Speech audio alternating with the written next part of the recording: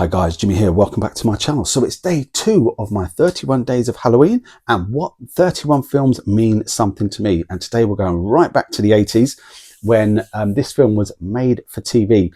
We had 3 TV channels back then. Yeah, 3 TV channels, BBC One, BBC Two and ITV. And if you were the youngest in the family, you were the remote control, let me tell you. And yeah, I remember watching this film with my mum, my dad, me, my youngest sister, and I'm thinking my second youngest sister. And I'm talking about Dark Night of the Scarecrow. Yes, this film, as I said, it wasn't a big budget film. It was just made for TV. It's not gory, but it is full of suspense and is quite scary. And I remember watching this when I must have been, oh my gosh, I'm thinking 11, 12 years old. Might have been even 13, but I think I might have been around about 12 years old. And it was on in the evening, I think around about 8 o'clock or something like that, 9 o'clock. And we watched it together as a family. If I flip over the back, you'll see some of the actors and actresses here. So they're your 4 main characters. This is Bubba. This is his friend who's Small Girl. This is the postmaster who heads up the band of vigilantes. And this is Bubba's mother. Now I'll just read the back for you, okay? Let me just pop these off because some of my eyes have gone to crap.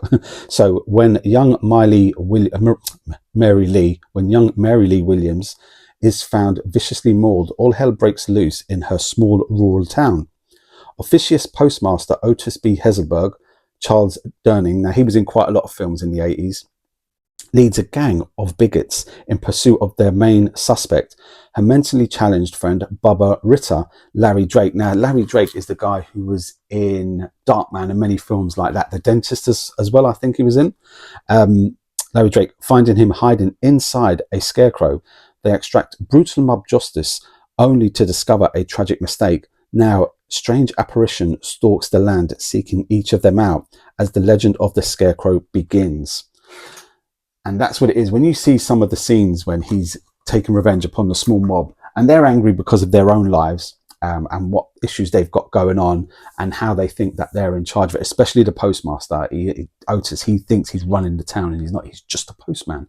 But as I said, he gets the mob whipped up and then he's got a couple of his cronies, his drinking buddies, and then they go after the wrong person.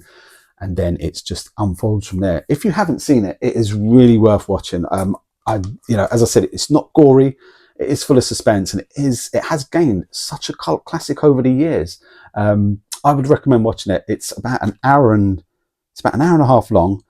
This is the 30th anniversary edition. I got this on eBay and it wasn't too bad. It was like $6.99 or something. It was a guy who said, make me an offer. And I was like, yeah, okay. It was region free. And then we've got some behind the scenes. You've got a promo of it as well. You've got a question and answer with Larry Drake. And then you've got production documentary.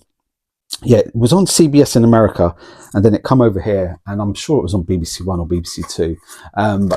So that's it. That's my second pick, is Dark Night of the Scarecrow. And I remember watching this with my family, thinking to myself, my gosh, this is a great film, even from a young age.